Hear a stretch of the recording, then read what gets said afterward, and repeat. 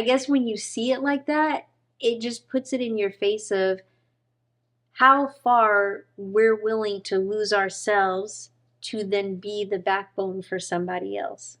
Literally everybody else. I agree. To the point that you can look in the mirror and not even know who you are. Hey, besties. Hey. Welcome back for another episode of the Hello Bestie podcast. I'm Maggie. I'm Tashima. All right, teams, what book you have for us? All right. So this week we're talking about It Ends With Us by Colleen Hoover. Mm-hmm. Sorry. Hair on my eyelash. So on Goodreads, it has a 4.9 star review. Oh. Yeah. Like average review for the book? Mm-hmm. Wow. Yeah.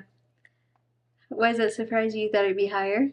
I felt like I've read other books that I felt were closer to a 5 that were ranked much lower. Mm-hmm. This was really good, don't get me wrong. Mm-hmm. I just feel like Goodreads is a little harsh in their rating. So yeah, everybody on Goodreads is like a critic. Yeah.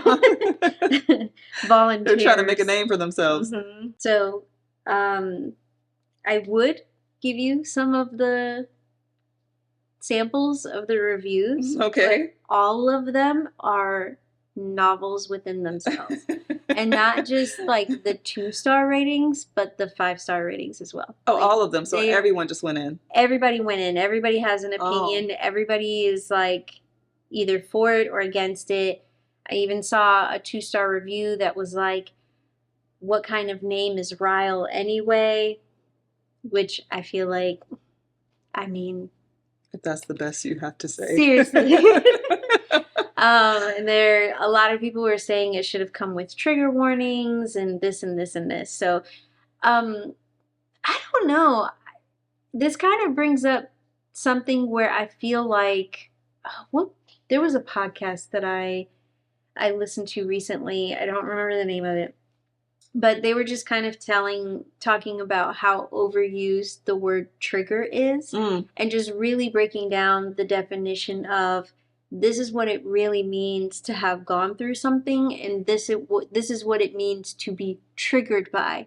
So the person, it was I'm pretty sure it was a podcast with Jay Shetty and some kind of psychologist, and it was kind of talking about like childhood trauma. Mm-hmm. And the psychologist basically was like, in order to be triggered, you would have had to go through this thing. Mm-hmm. So a lot of people are like, oh, that was very triggering for me, but you've not actually experienced whatever you consider to be triggered firsthand. Mm-hmm. So people are like, oh, this book was very triggering for me, but not ever having been a victim of DV. Mm-hmm. So I guess now that I've listened to that podcast, it just kind of has given me a different perspective on using certain words. Mm-hmm. And then people are like, oh, trigger warning, trigger warning. I mean, I don't know. Where do we draw the line? That it's like, now a book like Pretty Girls, yeah. For sure, you need some warnings on that. Yeah, that should have came with a little bit of a disclaimer. Mm-hmm. Page 1. Yes. But this... I don't know. Maybe, I guess. It could be for somebody who has experienced this, but I feel like the description of the book is very clear. I agree.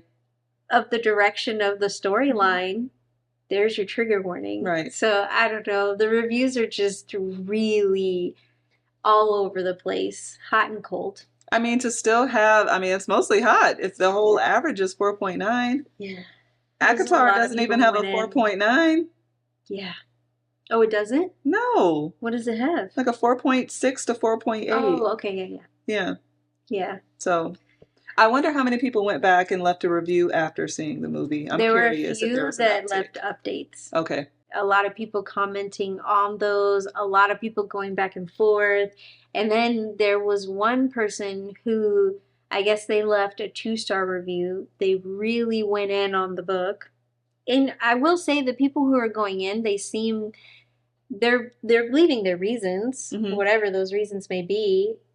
A review is a review. It's just the person's opinion. Mm-hmm. But there are people who read that review and didn't agree and then went to that person's Goodreads and then left comments on all of their comments. on other books. So, like, basically, Goodreads bullying. People have a lot of time on their hands. Yeah, it's not that serious. It's their opinion on the Just book. What you difference does it go read a make? new book as opposed to spending your time and Yeah. effort going and commenting on people's If you loved comments. it, they hated it. Who cares? Right. If you don't like it, write a book. Jeez. So, what do you think about this book? I thought it was a really good book. It was my second Colleen Hoover book after Verity, and it's completely different from Verity. So, given that that was my baseline, I didn't really know what to expect versus, you know, reading the back of the book. But I thought it was a good storyline. I liked the characters. I'd give it a solid 4.2. I thought it was good. Yeah, I would give it a 4. Yeah. There were a few reviews that were saying that they read Verity and felt misled by It Ends With Us, which it's 2 separate books. People I could are allowed see to do different things. It was like part 1 and part 2. You'd be like, wow, how did we get here? Right. But they're 2 totally different books with 2 totally different characters. Yes. Why would you have felt misled? So you're basically saying this person can only write this kind of books? I think that shows range on her part. Yeah. Yes. You know, so yeah, I would give it a solid 4. By the way, I thought Ryle was a cool name. Yeah. I thought Atlas was a cool, I mean, I didn't have any issues with their names. Look, in real life, we have all heard a name that is way crazier than Ryle. Moving on. Enough said. Period. Period, poo. So, question for you. Okay. So, if you were Lily, at what point would you have left? I can't remember the exact sequence of how everything, was it him burning his hand? Was that the first inclination of when he, that right there, because they weren't even in that long. They weren't that, you know, it was new love and she saw this hot neurosurgeon and I think she had already found out about his brother at that point, if I'm not mistaken. She hadn't found out. I think that was the thing that made her really feel sorry for him. Second time, I think. Okay. I would have left after that. Because, I mean, it can be mistaken as, oh, it was an accident. And that would have been it, probably. Just because we aren't doing this. Yeah. If that's your natural reaction with me trying to help you, then, you know, maybe I can understand later, like, oh, I'm so sorry. It wasn't on purpose. It wasn't intentional, blah, blah, blah. Like, okay. Like, we don't need to be in a relationship. Yeah. We can still be, you know, see you when I see you type of thing. And I could see him being in his feelings because she's like giggling and you know that I just burned my hand. I've got a really serious surgery coming up. Right. Not really sure why you feel like now is an appropriate time to have the giggles, but considering she had like 3 glasses of wine and was, you know, obviously not herself, definitely no reason to react in the way that he did, but I could see him being like upset or irritated with her reaction of having the giggles to something very serious, such as him hurting his hand. Right. But to the point of hitting her? Yeah. Girl, my mouth dropped. Yeah, that was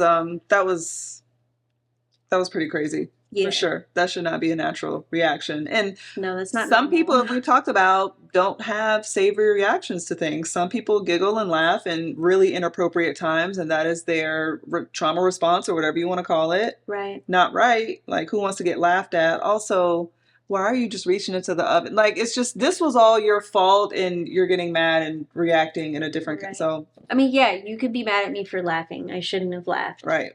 But you also can't blame me for this situation happening. Yeah, it doesn't deserve a pimp slap or whatever happened after that. So, definitely not. Do it once, you'll do it again, as we saw. So why do you think Lily didn't leave him earlier than she did? I think she was attracted to him, and I think there was kind of this bad boy of, he's really successful, has a good family, she loves his sister, and I think a part of her felt honored that she was the one that he decided to be serious with. So I think he made her feel in herself that there was something really special about her. Right. And that made it harder for her to leave. And then I think eventually when she found out about his brother, and, he mentioned it on the roof because he was basically experienced like a child, well, didn't experience a child, but he had a situation that he had a hard day at work With or the whatever. patient, It was yeah. explaining his hard day and was like, yeah, that kid is going to live the rest of his life X, Y, and Z. Come to find out later, he is that kid. Or similar situation. Correct. Yeah. Not literally, but yeah. Yeah. So I think that made it hard for her. Just all of those things combined just made it seem like talking herself into, but I can make him better. And, he really is a good guy. And he just had this really horrible thing. And he still went off and was very successful in spite of it. But, I just think it was a whole mixed conglomerate. And as we said multiple times, when you're in love with somebody, you find excuses. Mm-hmm. That, like a level of delusion. Yeah.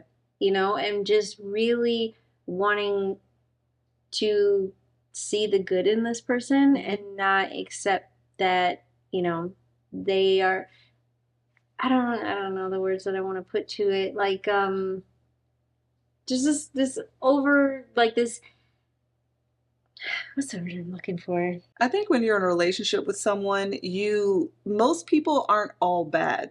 Right.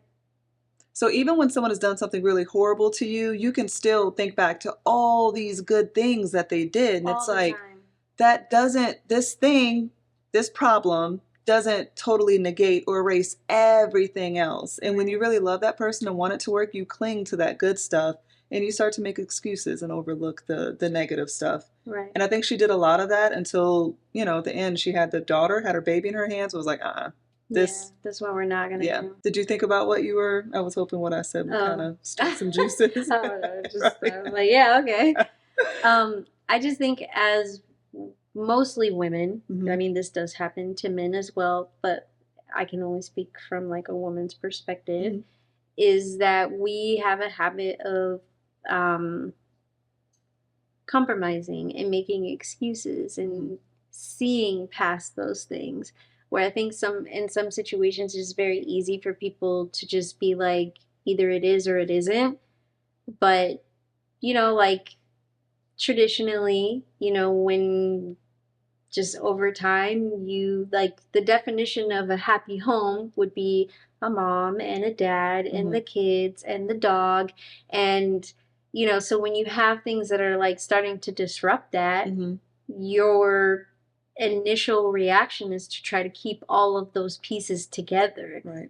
Like, we're going to make this work. We're going to figure this out. We're going to work hard. Kind of like she was doing when she's like, well, I'm going to help him get past this trauma. Now that he's told me why he blacks out and has these fits of rage where he's not himself, and we're going to get through this together. And I'm going to speak very calm, and I'm going to remind him that he needs to walk away. And it's like, why is that my responsibility? Right. It's not. Yeah. That's a grown-ass man. Yeah. It's your job to manage your emotions. I'm sorry this thing happened to you. But like in the moment, we want to be that person. Yeah. We want to help fix. We want to empower and uplift and encourage, like all those things that we would want somebody to do for us. And it's, I guess when you see it like that, it just puts it in your face of how far we're willing to lose ourselves to then be the backbone for somebody else. Literally everybody else. I agree. To the point that you can look in the mirror and not even know who you are. I think women have a habit of just taking it a little bit too far, because there's a difference between, and I'm not like saying it's okay for him to be abusive. I'm just totally taking out of context, but someone who just gets angry sometimes, or maybe becomes very standoffish or whatever. I think it's very easy to go from a place of, it's very different now to have someone who does those things and you tell yourself as a woman, at being a supportive partner, you know what, whenever they come out of it, I'm not going to give them a hard time. I'm not going to reciprocate. I'm not going to give a cold shoulder. I'm just going to understand that they need their time and that they're going to come back around. I'm going to love them and I'm going to be here. Yep. That's very different from, I'm going to help you out of this. When you're doing that, I'm going to be your reminder to, no, no, no, you don't control someone's actions. Like, I just think it goes from understanding to now trying to be the fixer. Yeah, and that's not realistic and it's not fair to either person. So when Elisa is encouraging Ryle to tell Lily his backstory of what happened when they were kids, do you feel like if you were Lily, do you feel like that would have changed how you felt about all of this? Because mind you, that happened after the second time, her being knocked down the stairs. So like if pushed. you were like pushed down the stairs. If you were Lily, do you feel like finding that out would have made you be like, okay, well, I mean, it doesn't excuse it, but fine. No. Or do you think you're gonna like, thanks, however, I'm out? I think in that situation where the sister, because if I'm not mistaken, at that point, Lily had already made the decision, like, this isn't going to work. And that felt like a last ditch, like, no, no, no, please let me explain myself. I really have a problem. This is it. I think I would have made it very clear in that point. If you want to tell me whatever this thing is that you haven't told me so far, you can, but understand it's not going to change the way that I feel. That way, if you still decide to disclose it and I take it, there is no expectation on your part that this was going to be the thing that saved us. Because I would feel like if you've held this in for however long and your sister is the one that has to talk you into telling me, it's clearly very hard for you. Right. So you can tell me, but my mind is still made up. Because you pushed me down a flight of stairs. Yeah. Like, what? Like, we could throw the whole, okay, I was laughing and your hand was burning and you were upset and you accidentally, like, okay. You blatantly pushed her down, like. You knocked me out, not once, but twice. Twice. 2 times. Like, because the first time, I couldn't even, you couldn't even convince me that it was an accident because you knocked me unconscious. Yeah, and because you're a doctor, you just thought you could just fix me. Yeah, right. Like, what? And then the second time, you again? Yeah.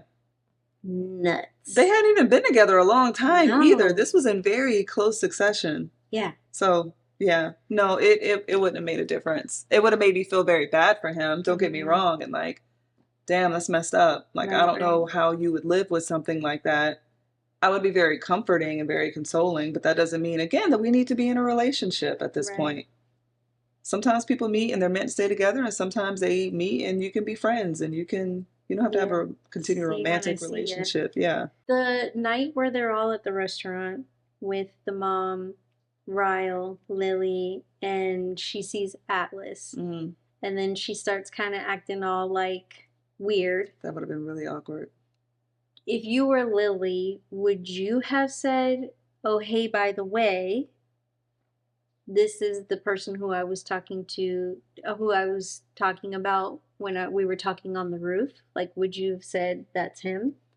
Or would you have just been like, oh. What do you mean? Said that to who? Said it to Atlas when he like pulled her? Because he kind of... No, would you have told Ryle, hey, by the way, this is the guy who I was talking about on the roof? Not at the restaurant. I would have told him, not right there. Yeah, not in that moment. Right. But like, you get home and you're like, hey, so you know that waiter, that's actually the guy from the roof. Yeah, you I would have told him. Yeah. Oh, okay. Do you think you would have? I mean, I'm not sure. Because that first time, she's kind of in shock. Because really, the whole reason why she even moved there was like low-key to find him. Like, because of him. Like, there was a lot of unfinished business. Yeah. You know, like, still being in love and, like, not having seen him. She never knew what happened to him. Right. After her dad in that whole situation, so. So I could see just kind of being in shock of it all. Yeah. To, like, how do I then tell you about this thing? Like, I think I would have wanted to talk to him and just kind of been like, how are you? Before I'm like, by the way. Yeah. But like, I know even that would be like overstepping to a degree. Because I feel like the moment I tell you that, like, if you're Ryle, I'm Lily, and then I go home and I tell you this thing, you wouldn't want me to then go and get closure. Right. You know? So, like, I almost feel like in that situation, I'd have to ask for forgiveness instead of permission. Because if I do it after you tell me not to, that really makes me wrong. Regardless of what I assume you may want or not want, like, plausible deniability, Yeah. you know, like, well, I'm sorry, I did do it, but now that I know you wouldn't want me to, and I have all the closure I need, sure. I know. I know. That's playing, you know. I think when it comes to that, at a certain point, like Ralph, like you're just gonna have to be mad. Yeah. You're just gonna have to be mad and just understand that I need to do this. Because if Right. roles were reversed, I would be like, so you're really just gonna like, yeah, I'm really just gonna go talk to him and make sure he's cool. Because last time I saw him, my dad beat the shit out of him, and I didn't know if this kid was Right. alive or not. Like this is my first time seeing him in years. I'm gonna make sure he's okay. And however you feel about that is gonna have to be how you feel about that. Like there is gonna be no closure gained from one meeting. Right. I like at that point he just needs to bow out, just like, all right. Like, And you'd have to be a very secure man to say, handle your business. Right. Like, yeah. I trust you, so I don't need to say, well, make sure that you're in a public place and this and this and this. And probably half of the stuff would have never even happened had that conversation happened. Yes. But then you'd also, like, you'd have to know that you're with a man who is confident in himself, that you can actually have a naked truth and not have consequences or be punished for me saying, like, I really need to finish this. Right. You know, like, we're together. I love you. We're going to build a life together. But this is from my childhood. This is a huge part of my life. And I need to button it up. And I have a lot of guilt around this too. Yeah. Like, what happened to you? What did you think about, I think it was the second time where they went and she had the bruise and he saw it and basically like intercepted her, and then those two, what did you think about all of that and how like he just instantly went into protection mode? I wasn't surprised. I honestly, I fell in love with him at that moment when he walked out of the bathroom and he didn't even regard Ryle. Like, he didn't say nothing. He just, like, walked out of the like, I was just in the locked bathroom with your girl. Right. I walk and you're in my restaurant. So I'm already feeling like, right, you know, King Dingling over here. And I just walk out and I walk past you and I don't even keep, like, you're nothing, not even a fly on the wall. Yes. I bet Ryle felt like he was an ant. And I could see why he's like, you're just going to walk away from me? You just came out of the bathroom with my girl?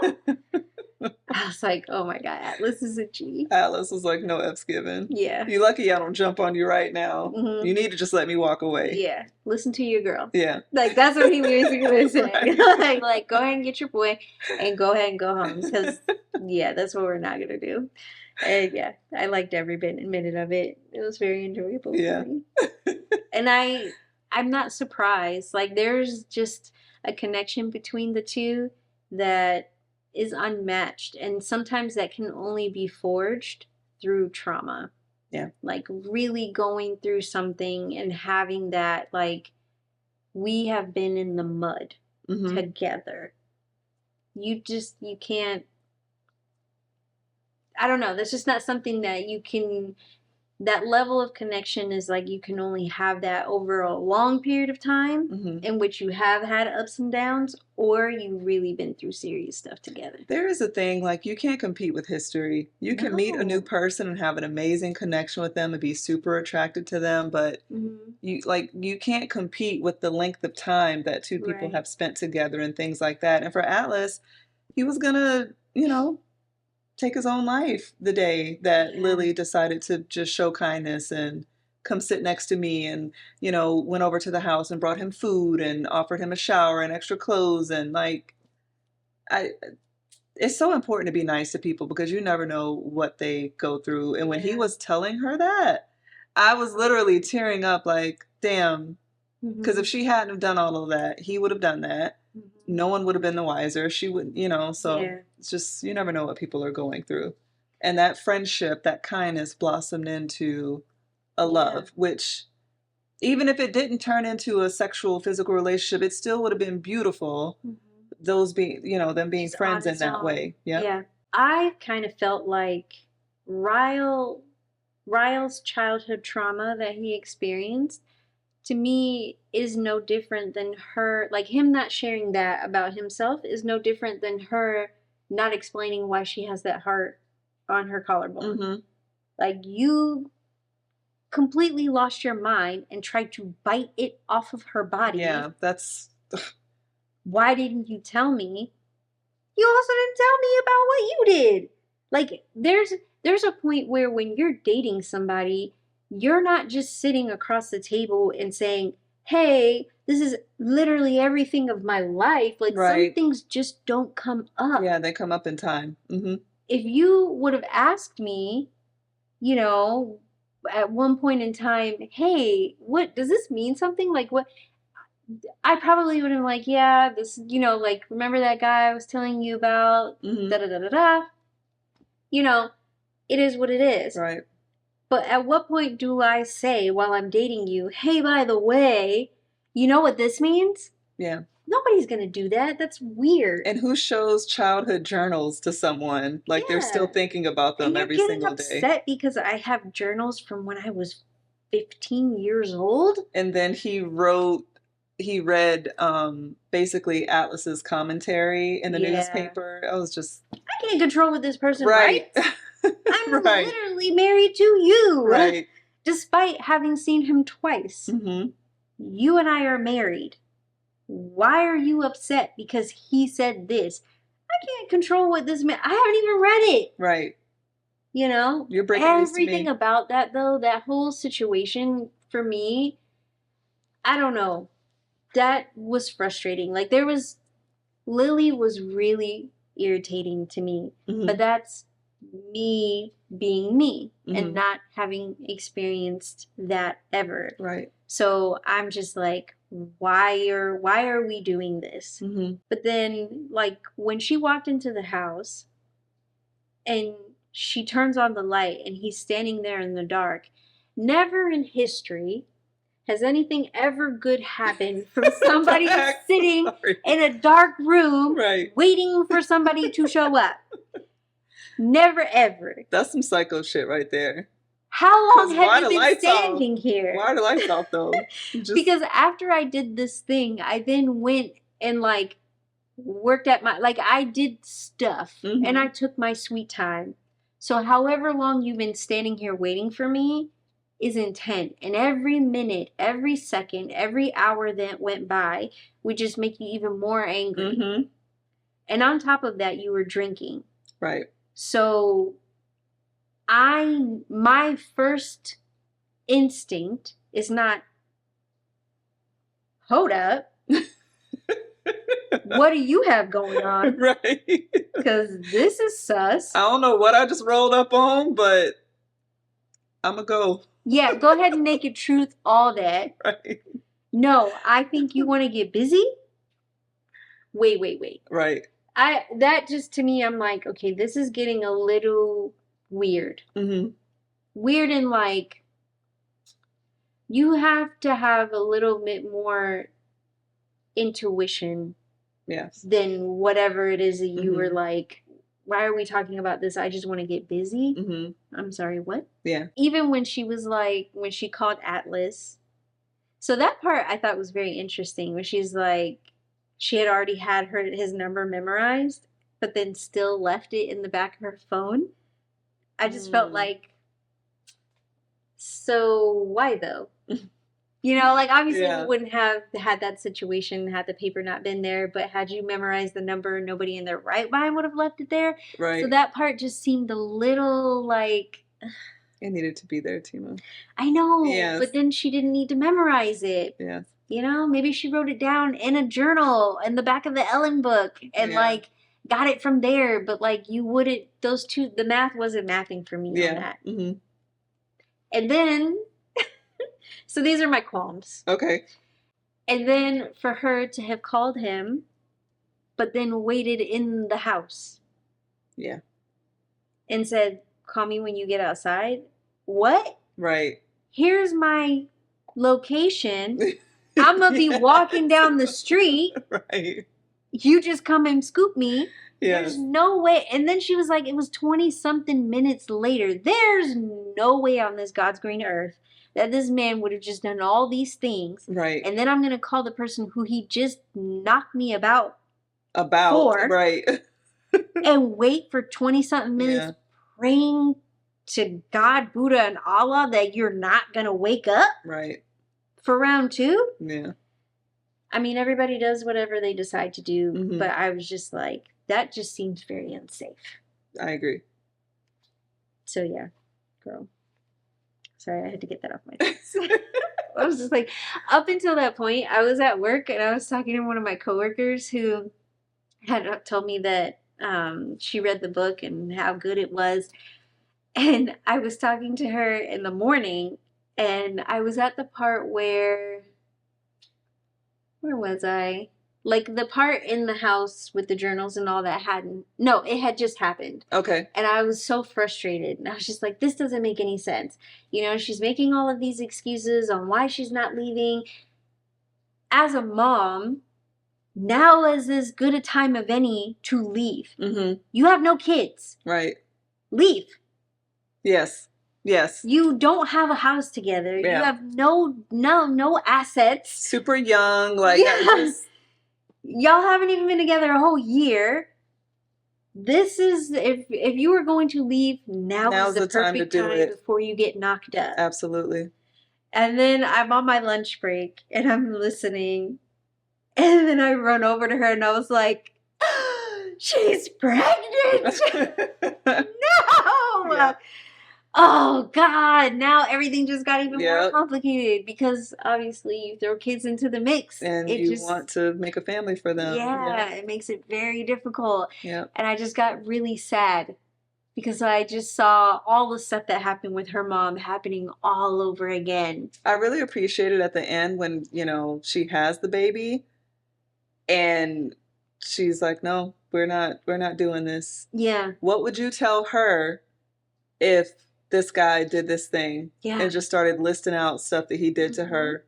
What would you tell her? And I love that he didn't take that opportunity to try to rationalize. He thought I was like, I would tell her to leave and to never. Yeah. Okay. Well, that's what we're going to do then. Exactly what I'm saying. And that's the kind of question that I feel like, and this may seem biased, but I am a woman. So Avi, every man needs to ask himself that question.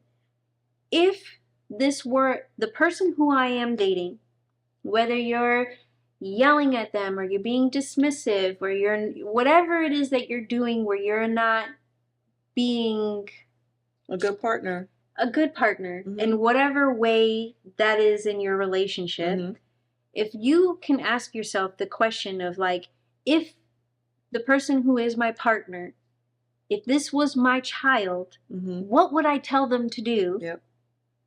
If do that thing. Would I want this for them? Correct. Treat this person with the same level of respect that you would want your loved one to be treated.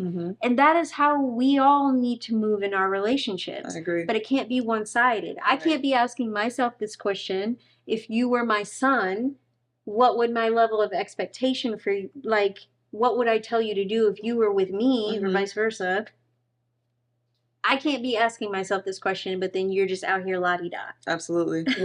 Yeah. But that, I was just, ask yourself all the questions. Yeah. I was glad that he was honest with himself in that moment. And then it's just, you may not be happy with it, but you totally understand why this is happening and you accept fault. And that is what it is. Let her go.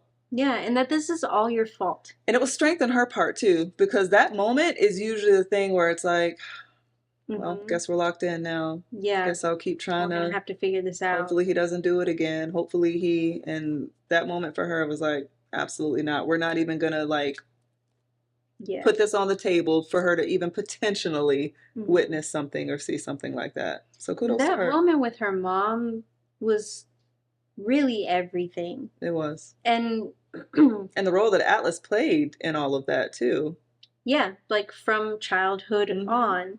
Like when she was talking to her mom and she's like, yeah, like if I talk to my mom, she's just going to tell me to go back and all these assumptions that she had. And when I was talking to my coworker, like after I found out that she was pregnant, excuse me, that I that was the moment where I guess for me as a reader, it became real because I am a mom. Mm-hmm. So that's where I started to resonate with having to make those difficult decisions. Now having a kid in the mix and really understanding firsthand of like Right. how difficult sometimes these decisions are. Mm-hmm. And then remembering, okay, everybody handles things in the way that they think is best. And from the outside looking in, it is very easy to judge. That could never be me. Right. Couldn't it though? Mm-hmm. Because really those things happen like she described in 15 seconds. Like it can happen in a moment where how did we even get here? Mm-hmm. You know, and now I have all these things that I have to consider, and I am not in a position to really even like I don't even know how to handle this situation. And like while you're trying to get through like um absorbing what just happened, you also have all this decision making to do, and it's Right. all overwhelming. And in the meantime, time passes and things get easier, and it's like, okay, well maybe like you know, you're kind of your guard is up, and it's just like it really shows that you can't just go and judge people just like how she was with her mom. Like I think a lot of people probably can look at family members or close family friends that they saw as children, like when you were a child, looking at this person and being like, why are they still with him? Or why is my aunt tolerating this? Or why would my mom stay with my dad? Or whatever. Right. Like a lot of people have probably been in that situation where it's like, when I grow up, I'm never, you know, because she was just like that. It's really easy to be objective when you're not the one having like ties. It's like two friends, you know, can vent to each other, and you know, the friend is having an issue with like her man or whatever. Like it's easy for the friend who's listening to be like, just leave them. Right. Just go. You deserve better, and you do that because you're not in love with that person. You don't have any emotional tie to that person. Right. So it's easy for you to just look at it black and white. But when you know the good parts about someone and the bad parts, and you've shared things and you have an emotional attachment, that's when things get hard. So yeah, people should never look on the outside and tell people how they should sway like one. Now, if you're being in an abusive situation, that is black and white, like absolutely, but it doesn't make it easy for the person that's in it. Right. And I appreciated the author's note at the end. Yeah. I mean, I had a suspicion, but I think it just put all of this like into perspective, and it just made the whole book that much more beautiful, in my opinion. Just to hear her kind of talk about like, my mom was a G, because when I was 3, as hard as it was, us eating beans and macaroni and cheese for 2 years, right, she did what she had to do. That's not always the case for everybody. Right. You know? And unfortunately, you know, within the first 5 years of a breakup is the most dangerous for a woman. Yep. Like the statistic is maddening. So not only is it that I have to have the strength to leave you, statistically, for the next 5 years, I'm living in fear. And I think most of them, it takes like 7 times to leave or something. Like it takes a lot of times for someone to actually plan to leave and execute that leave versus talking themselves out of it or something happening and them getting back in or whatever. So she said that she intentionally wrote Ryle's character the way that she did because, you know, he was funny and had a good personality, and it's like ideally perfect. Make someone a likable character, but then show that they do have a dark side to kind of show how difficult it is like a major flaw. Yes. Yeah, and also her saying as she fell in love with him as a writer, she tried to change that. Yep. And not have him be this way, but then she's like, no, I can't do that. Yep. Which I don't know. I think as a like for a writer, I could see that being really difficult. Yes. Like I don't want him to be like that though. And you have the control. And then just standing by, like in real life, we can't pick. Right. You can't just decide that the boogeyman is going to be scary and live in a closet or under the bed. Sometimes the boogeyman is handsome and successful and charming. Yep. It's just the reality of the situation. Yeah. But, you know, regardless of anybody's decision making, you know, whether you love the book or you hate the book, you know, DV, essay, all the things, it's a woman's reality. Right. Every single time. Not even just walking down the street in the middle of the night, even being in your home. Right. You know, it is literally our life, just always being at risk. It's unfair. It is. But it is the reality of the situation, just like Pretty Girls. Yep.